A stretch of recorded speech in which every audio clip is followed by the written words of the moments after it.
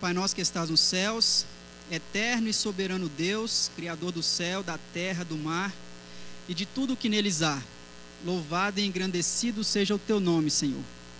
Como o teu povo, estamos aqui nesta hora, com os nossos fracos joelhos dobrados ante a tua presença e ante a tua grandeza, reconhecendo que somos inteiramente dependentes de ti, e também em atitude de adoração ao teu grandioso e poderoso nome. Mas estamos aqui também, Senhor, reconhecendo que temos a ti como Pai, que está disposto a nos ajudar, que está disposto a nos abençoar e que está disposto a falar a nós nesta manhã através da tua palavra. Por isso te suplicamos, Senhor, que faça-nos receptivos, que ajude-nos, Senhor, a esquecermos das coisas que para trás ficaram, das coisas da semana, das nossas atividades, dos nossos próprios interesses, e nos ajude, Senhor, a nos concentrar na adoração a Ti, na ministração da Tua palavra, nos louvores e nas orações.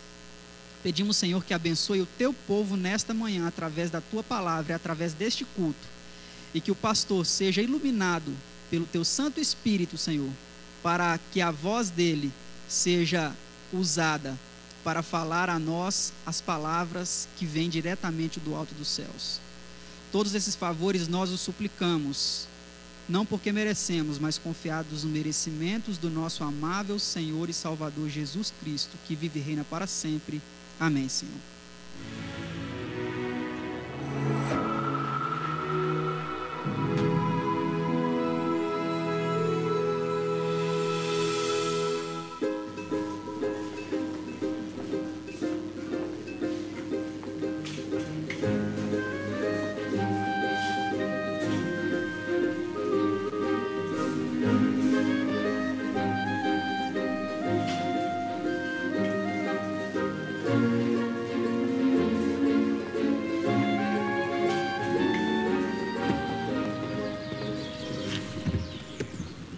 Nossa, pai, obrigado pelo brinquedo. De nada, filha.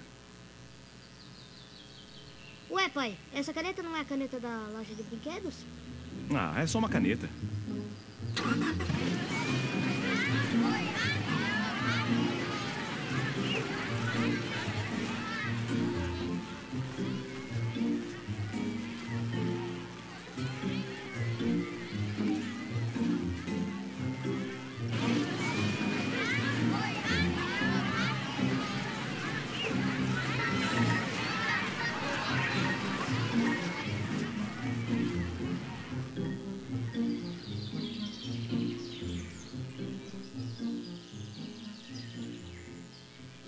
Oi, filhão. Oi, pai. Tudo bem? Aham. Que celular é esse aí, cara? Ah, é só um celular que largaram lá em cima da mesa.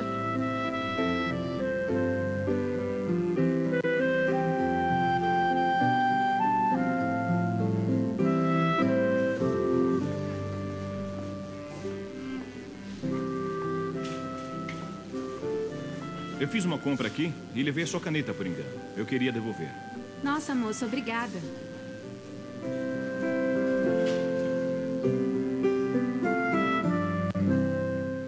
Ellen White. Ela era uma pessoa de notáveis talentos espirituais, que viveu a maior parte de sua vida durante o século XIX. Mas através de seus escritos, ela continua exercendo um extraordinário impacto em milhões de indivíduos ao redor do mundo. Além do seu especial dom de profecia, influenciou fortemente a construção de um dinâmico movimento mundial. Ellen White nasceu a 26 de novembro de 1827, numa pequena fazenda da colina perto da vila de Gorham, Maine, Estados Unidos.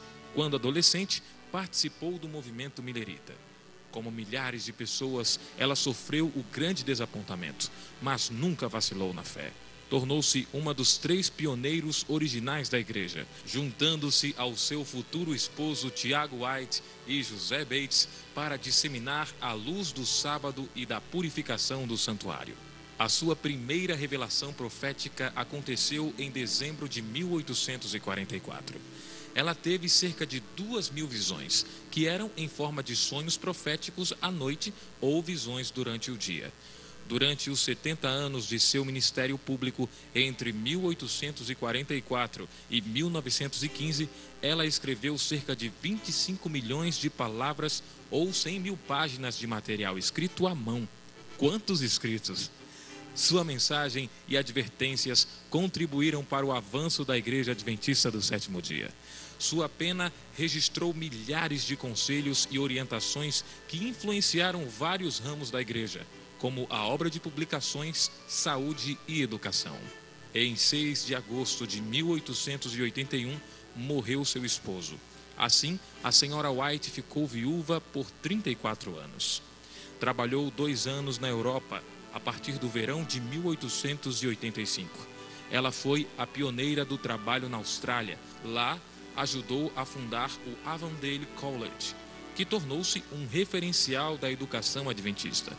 Esses 11 anos em campos estrangeiros mostraram a face internacional do seu ministério. Apesar de ser americana, ela cria ter uma missão em favor da Igreja Mundial. Sua participação na Assembleia de Minneapolis em 1888 foi pontual para assegurar perante o povo de Deus a mensagem que Jones e Waggoner apresentavam.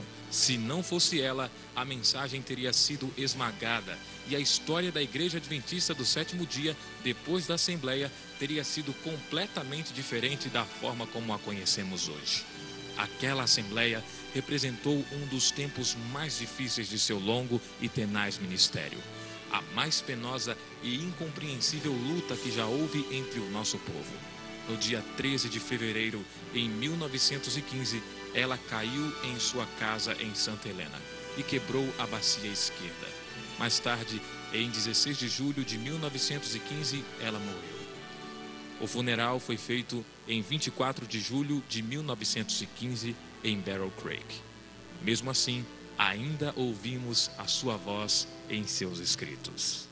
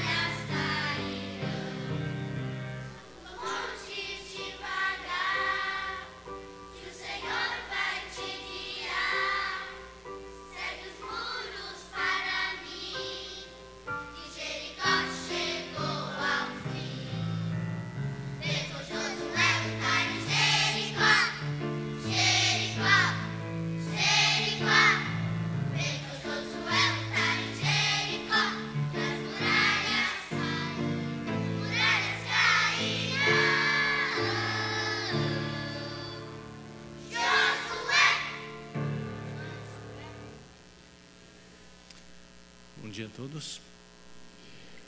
Lá em casa ainda existem muitas caixas. Mudança é uma coisa incrível, né? Porque eu chego para minha esposa e digo assim: esse prato você pode deixar, não tem outro. Não, esse eu ganhei não sei de quem, não mexa nisso. Tá bom. Aí essa panela, vamos trocar isso aqui. Não, isso aqui eu ganhei da minha avó, uma relíquia, não mexa. Não pode mexer em nada, que é coisa de cozinha. Mulher é sempre assim? Não, muito bom. Uma a favor. Por outro lado, os homens são sempre assim. Nada de mexer nos meus livros.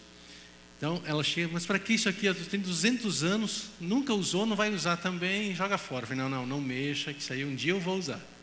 Então tem uma pilha de caixas no escritório, uma pilha de caixas na cozinha, e assim nós estamos lá em casa. E o Igor está fazendo assim, ó. É isso mesmo, só muda de endereço. Vocês viram que no boletim hoje o pregador seria o pastor Igor, né? Está aí o nome dele e tal. E eu quero agradecer por me dar a oportunidade de eu pregar nessa manhã. Estou brincando aí, trocar os nomes aí, só estou brincando com o Igor. Mas fora as brincadeiras, é muito bom estar com vocês. Hoje pela manhã eu levantei e fui orar. E Deus disse para mim, eu fui orar e disse: Senhor, eu quero pedir a tua presença hoje no culto. E Deus disse para mim: você não precisa pedir a minha presença, eu vou estar lá. Eu já prometi que estaria, eu cumprirei a minha promessa. E aí Deus disse para mim: peça-me o que você quer. Deus quer falar a cada um de nós. A mensagem de hoje tem a ver muito com a semana que nós passamos e o fato de estarmos na presença do Senhor. Na verdade, hoje nós começamos uma série sobre o incompreendido amor de Deus. Quero convidá-los a abrir a Bíblia no livro de Isaías, capítulo 62. Isaías é Antigo ou Novo Testamento? Antigo, muito bem, vamos lá. Isaías 62. Nós vamos ler dos versos 1 ao verso 5. Isaías 62, versos 1 ao verso 5.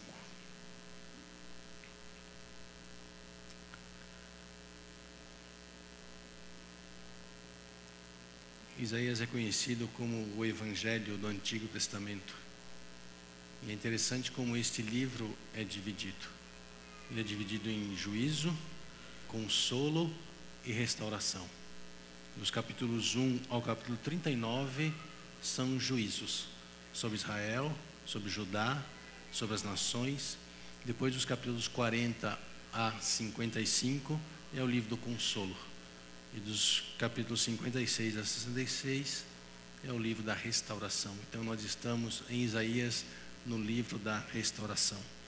Isaías 62, verso 1 começa assim: por amor de Sião não me calarei, e por amor de Jerusalém não me aquietarei, até que saia a sua justiça como um resplendor e a sua salvação como uma tocha acesa. As nações verão a tua justiça e todos os reis a tua glória, e serás chamada por um novo nome que a boca do Senhor designará.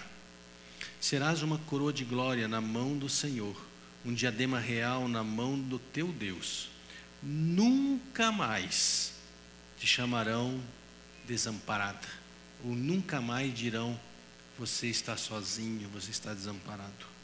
Nem a tua terra se denominará jamais desolada, mas chamar-te-ão minha delícia, e a tua terra desposada ou casada, porque o Senhor se delicia em ti, e a tua terra se desposará. Porque como o jovem desposa a donzela, assim os teus filhos te desposarão a ti. Como o noivo se alegra da noiva, assim de ti se alegra o teu Deus.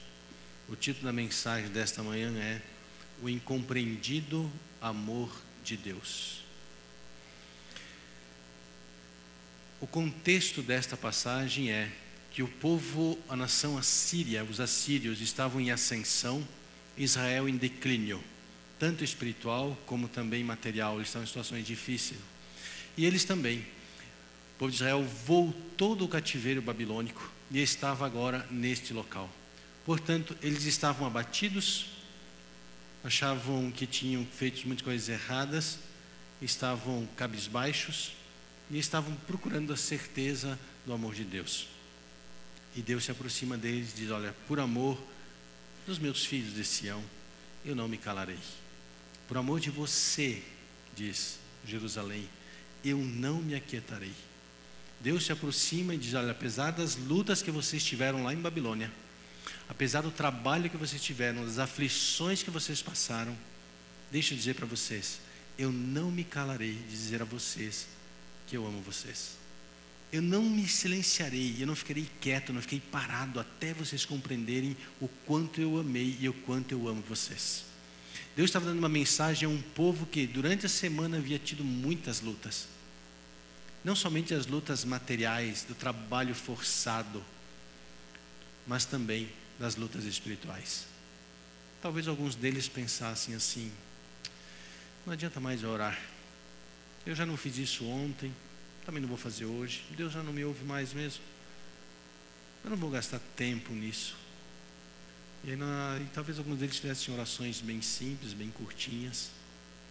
Talvez outros pensassem: puxa, eu neguei o meu Deus, fiz tantas coisas erradas, cometi tantos pecados, Deus já nem me ouve mais, eu não tenho como me aproximar dele, talvez eu tenha que melhorar um pouquinho para ele me aceitar.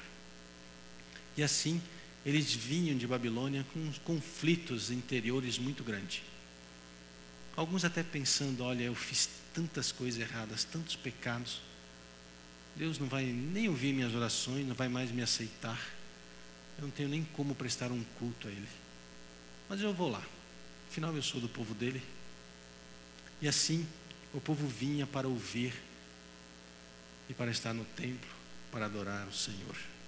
E Deus diz: por amor a vocês, eu não me silenciarei. E Deus usa aqui uma figura de linguagem muito interessante, onde Ele diz: eu mudarei o nome de vocês. Sabe que mudar o nome não é pegar de Igor e colocar em Henrique, mas é mudar a situação. E mudar de uma forma tão radical, tão drástica, que as pessoas diziam assim: nossa, o que aconteceu na sua vida mudou tanto você, que é como se você tivesse mudado de nome. E sabe o que causa tudo isso? O fato de Deus dizer que Ele ama você. O fato de Ele dizer que Ele compreende você. O fato de Ele dizer que apesar de você ter passado uma semana de lutas, uma semana de aflições, apesar de você pensar que Ele esteja distante de você, que Ele já não ouve mais você, apesar de você olhar para você e dizer: puxa, olha quem eu sou, olha os erros que eu cometo, olha as falhas que eu faço, apesar de tudo isso, Deus diz: deixa eu gritar para você que eu amo você. Deixa eu dizer isso de uma forma mais poderosa, e eu vou mudar o seu nome. Isso é, eu vou colocar tanto amor diante de você, eu vou colocar quem eu sou para você, que haverá uma mudança tão drástica, tão radical na sua vida, que é como se você tivesse mudado de nome.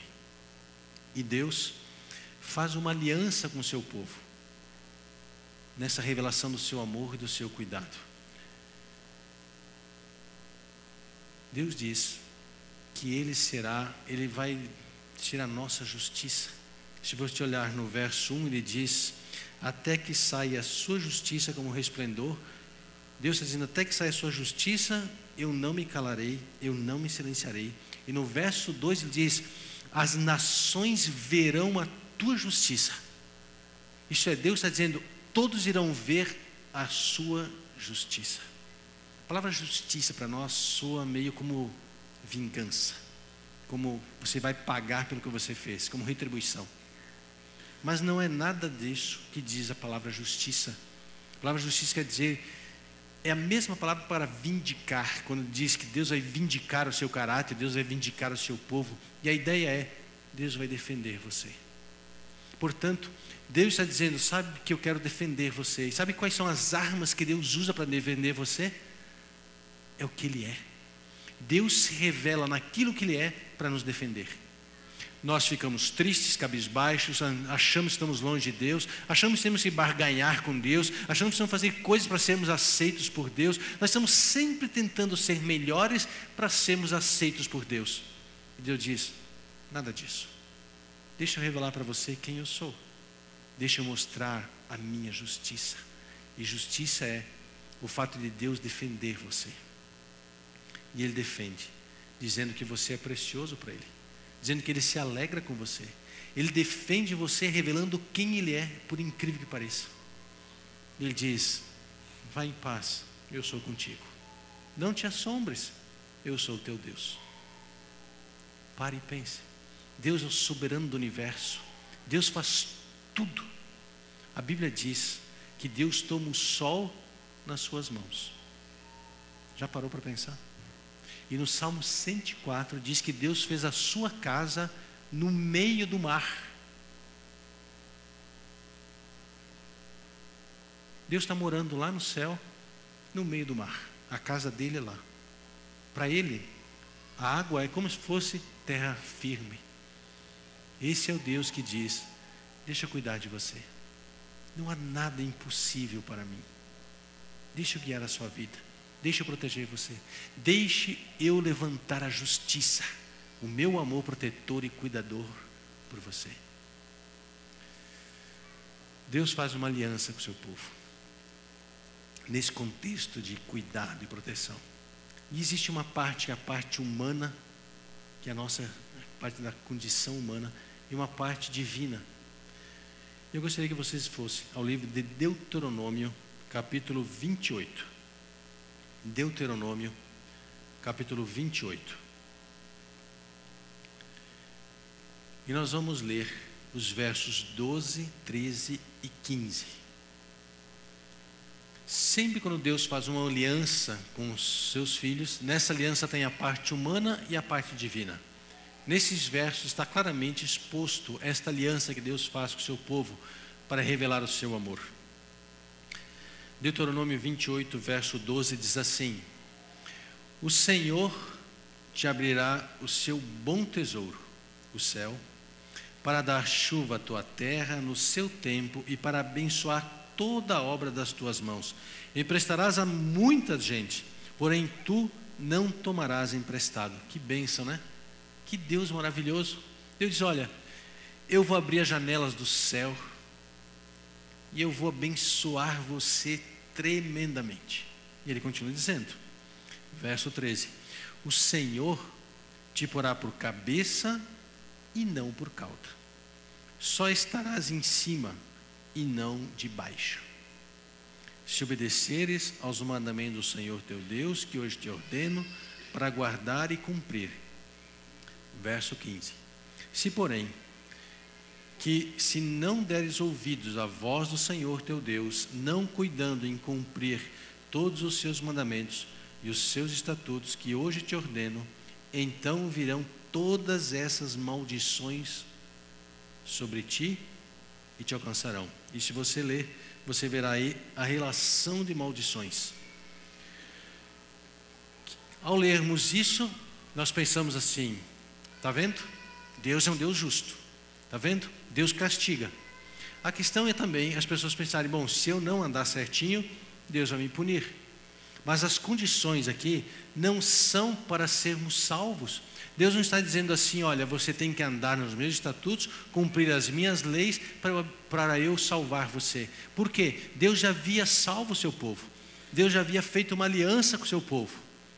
Não havia necessidade de Deus dizer assim: olha, eu preciso salvar você de novo. Você já está salvo. Eles já estavam salvos. Deus já os tinha tirado do cativeiro babilônico. Deus já tinha os tirado da escravidão do pecado. Estas condições não são para salvar. Essas condições são para abençoar. O que acontece? Que às vezes as pessoas pensam assim: ah, eu errei. Puxa, agora já não tenho mais salvação. E se eu não obedecer a Deus, eu não vou me salvar. Tremendo erro. A obediência aqui, seguir as leis do Senhor, não tem nada a ver com a salvação.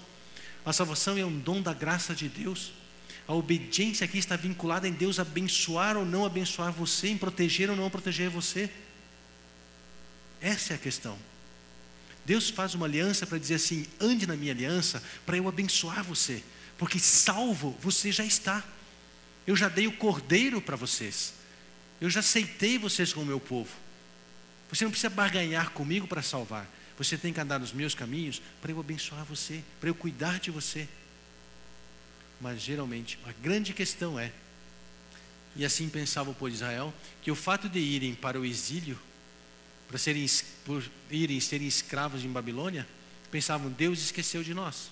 Deus não nos ama mais. Deus nos abandonou. E quantas pessoas pensam assim? Eu estou fazendo uma coisa errada, Deus não pode me abençoar. Está acontecendo coisa ruim na minha vida, eu estou fazendo alguma coisa errada, Deus não vai me abençoar. Não, não é isso. De forma alguma.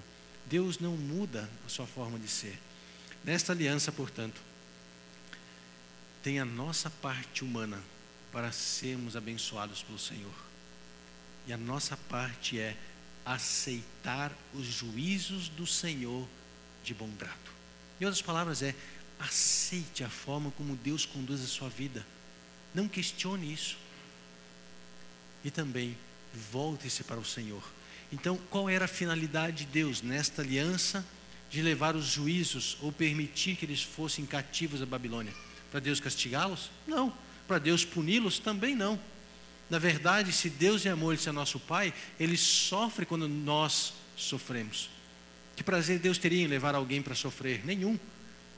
Foram cativos porque deram as costas para Deus. Deus permite as aflições para gritar aos ouvidos deles: volte, deixa eu cuidar de você, só eu posso cuidar de você.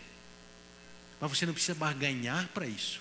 Apenas aceite estes juízos de bom grado. Talvez se pergunte, pastor, isso está na Bíblia? Sim, está na Bíblia. Livro de Levítico, capítulo 26. Levítico, capítulo 26.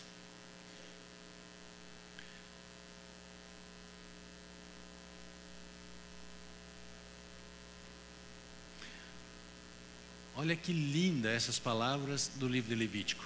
Aqui de uma forma muito clara, Moisés escreveu esse contexto de nós voltarmos para o Senhor. Levítico 26, verso 40 em diante. Mas se confessarem a sua iniquidade e a iniquidade de seus pais, na infidelidade que cometeram contra mim, como também confessarem que andaram contrariamente para comigo, pelo que também fui contrário a eles e os fiz entrar na terra de seus inimigos, se o seu coração incircunciso se humilhar e tomarem eles por bem o castigo da sua iniquidade, então, diz Deus, para um pouquinho, olha para mim, olha que interessante. Deus diz assim, se vocês aceitarem que todas as coisas ruins estão acontecendo, é uma forma de eu também mostrar o meu amor para vocês. Se vocês não se rebelarem, porque geralmente as pessoas pensam assim, eu estou sofrendo, Deus está me castigando. Automaticamente Deus se torna um severo juiz. Deus se torna alguém mau, porque Deus está me punindo. E há pessoas que deixam a igreja e dizem, Deus não fez o que eu quis, Deus não me protegeu como eu quis, então logo Deus é mau. Mas os juízos sempre são também uma forma de Deus mostrar o seu amor. De dizer, volte para mim. Continuemos. Verso 42. Então, me lembrarei da aliança com Jacó, e também da minha aliança com Isaque, e também da minha aliança com Abraão, e da terra me lembrarei. Mas a terra na sua assolação deixada por eles, folgará por seus sábados, e tomarão eles por bem o castigo da sua iniquidade, visto que rejeitaram os meus juízos, e a sua alma se aborreceu dos meus estatutos. Verso 44. Mesmo assim, estando eles na terra dos seus inimigos, o que Deus diz? Fale mais alto. Deus está dizendo, olha, mesmo que vocês me rejeitaram, mesmo que vocês foram levados cativos para a terra dos inimigos, porque vocês me rejeitaram, porque vocês seguiram outros deuses, porque vocês me abandonaram, eu, Deus, não os rejeitei. Que maravilha. Que Deus fantástico. Deus não muda o seu trato com o seu povo. Nem me aborrecerei deles, diz a Bíblia.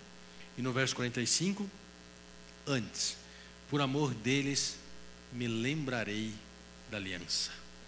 Nessa condição, nessa aliança que Deus faz com o seu povo, se por um lado nós temos que aceitar de bom grado a forma como Deus conduz a nossa vida, e Ellen White diz que há pessoas nas quais, se Deus tirasse as aflições, elas perderiam o céu. Interessante, né?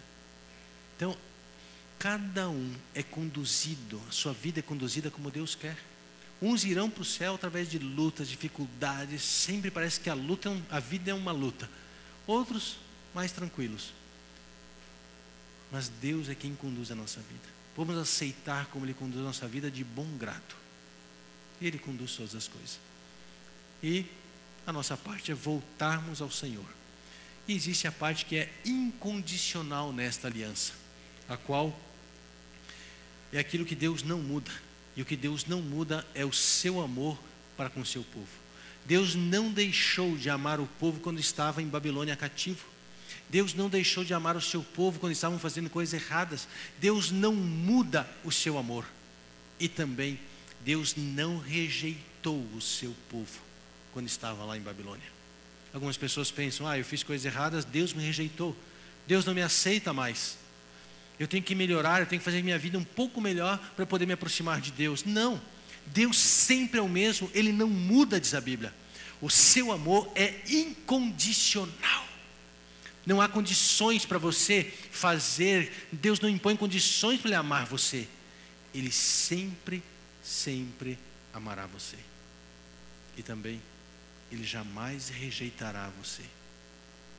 Você pode pensar que Ele rejeitou você, mas Ele nunca rejeitará. Deus não muda.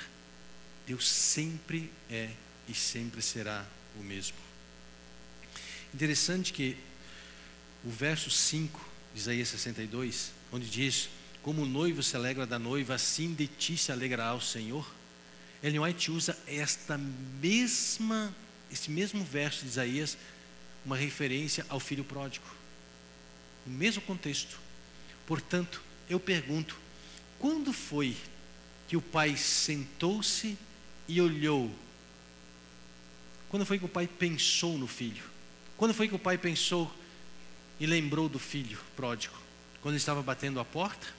Ou quando ele estava lá em terras distantes? Claramente, ele estava em terras distantes. O pai não deixou de pensar no filho em nenhum momento. Deus não alterou o seu amor para com o filho pródigo, mesmo quando ele deu as costas para o pai. Mesmo quando ele disse para o pai, e as passagens desse contexto do filho pródigo você não é mais o meu pai, eu não faço mais parte deste povo, desta família. É isso que o filho pródigo está dizendo. Em outras palavras, está dizendo: você não é mais o meu Deus, não cuide mais de mim. Ele disse: eu não quero que você olhe para mim.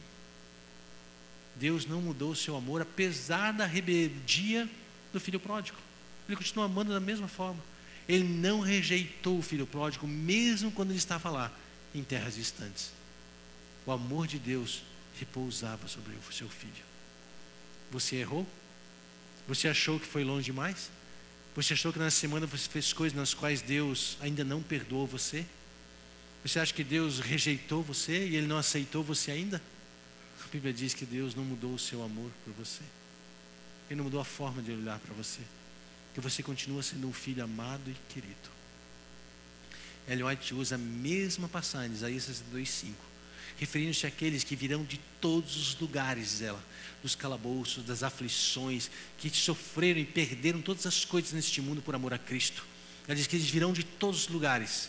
E ela termina a estação dizendo que Deus recompensará amplamente os seus filhos. Amém?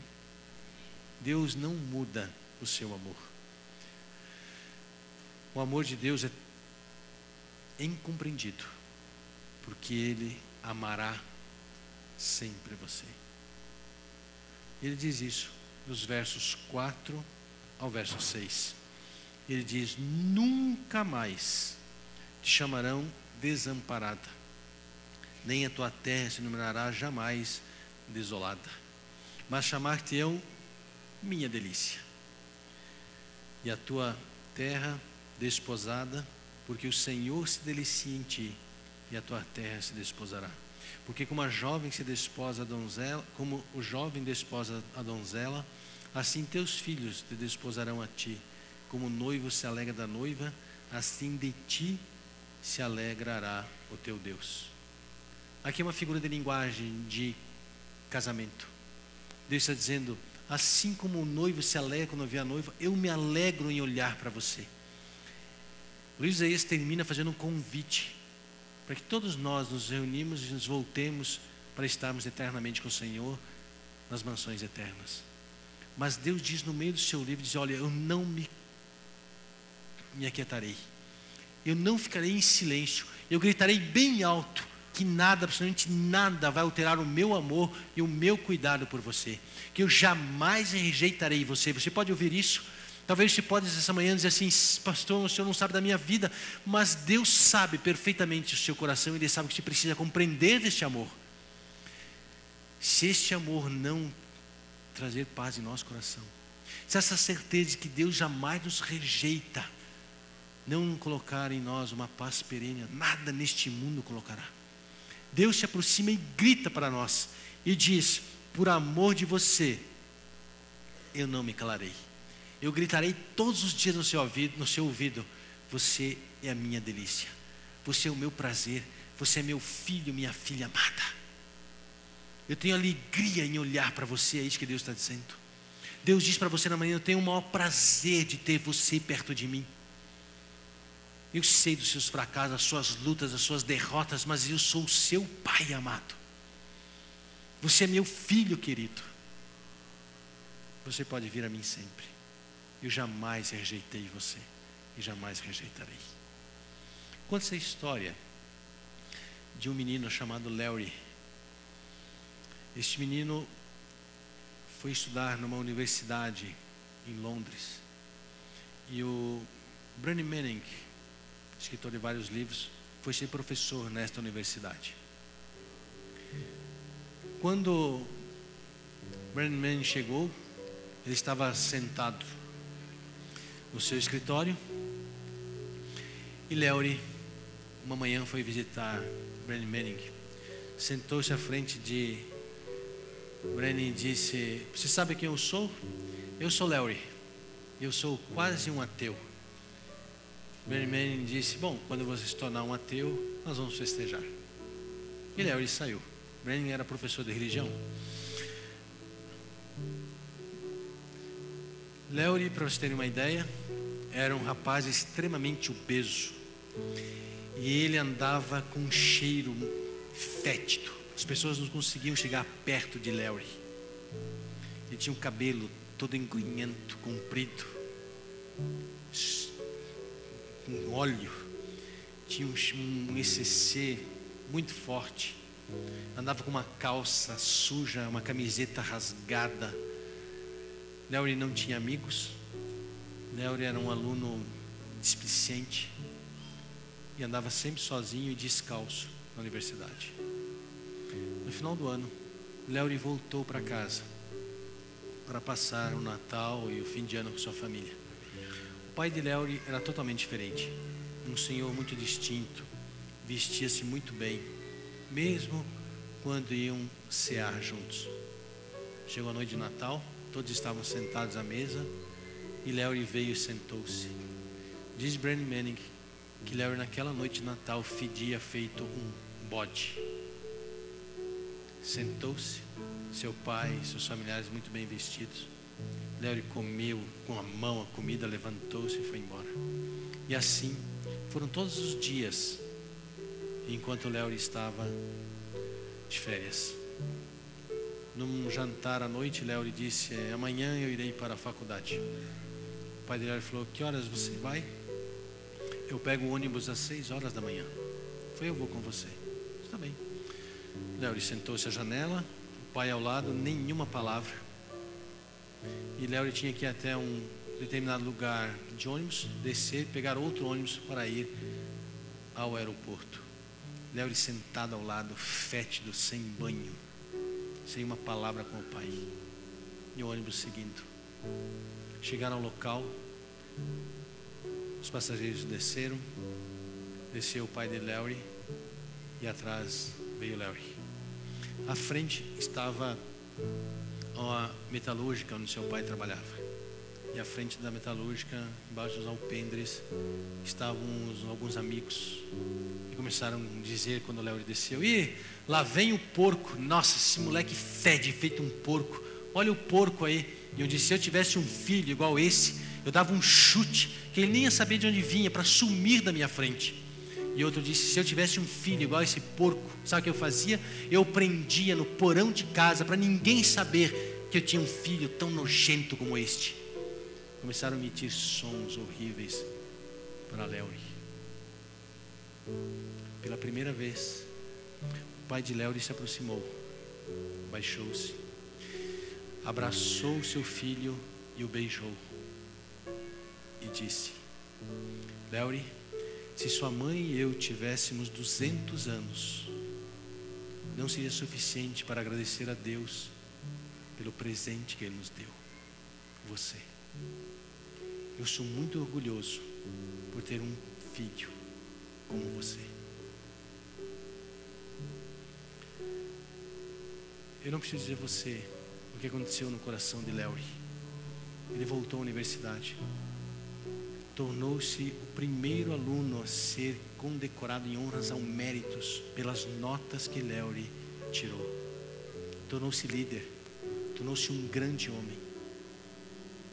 O que mudou o coração de Léuri? Foram as palavras como Brandy Manning? Não.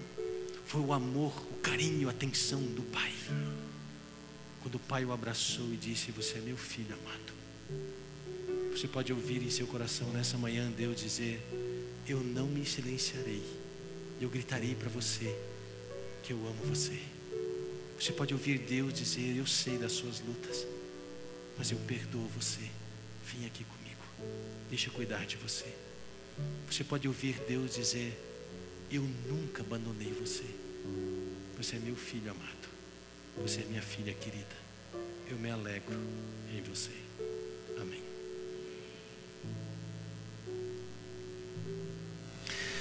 Senhor, nós não temos palavras nesta manhã para expressar a nossa gratidão pelo Teu amor por cada um de nós. É realmente incompreendido. Filhos tão distantes às vezes esquecemos tanto de Ti, mas o Senhor não muda. O Senhor continua nos amando e nos aceitando. Que este Teu amor envolva cada um de nós, Senhor. Este amor cria em nós um desejo profundo de Te amarmos cada vez mais e de vivermos para Ti. Dá-nos a graça sempre, Senhor, da Tua presença e do Teu cuidado, em nome de Jesus.